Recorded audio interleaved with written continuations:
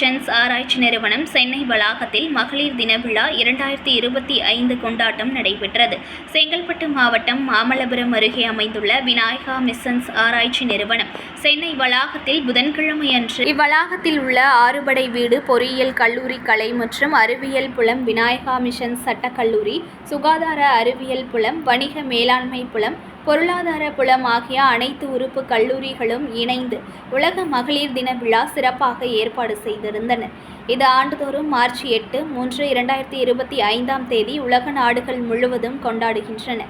இந்த நிகழ்விற்கு மேதகு வேந்தர் டாக்டர் A.S. கணேசன் அவர்களின் ஆசிகளோடும் வாழ்த்துக்களோடும் துணைத் தலைவர் டாக்டர் அனுராதா கணேசன் அவர்களின் தலைமையில் காலை 10 மணிக்கு இவ்விழா தொடங்கப்பட்டது.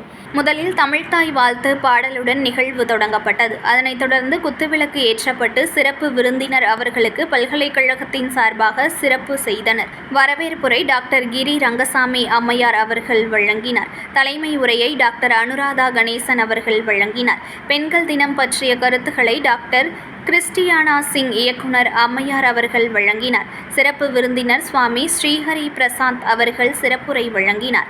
கௌரவ விருந்தினராக திருமதி நீரா மிஸ்ரா, நிறுவனர் மற்றும் தலைவர் திரௌபதி ட்ரீம் ட்ரஸ்ட் புதுடில்லி அவர்கள் கலந்து கொண்டு சிறப்பித்தார்.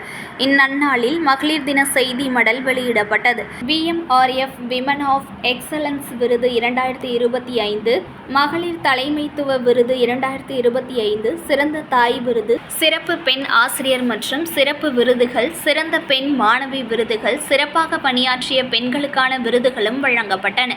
மகளிர் தின போட்டிகள் நடத்தப்பட்டு பரிசுகள் வழங்கப்பட்டன.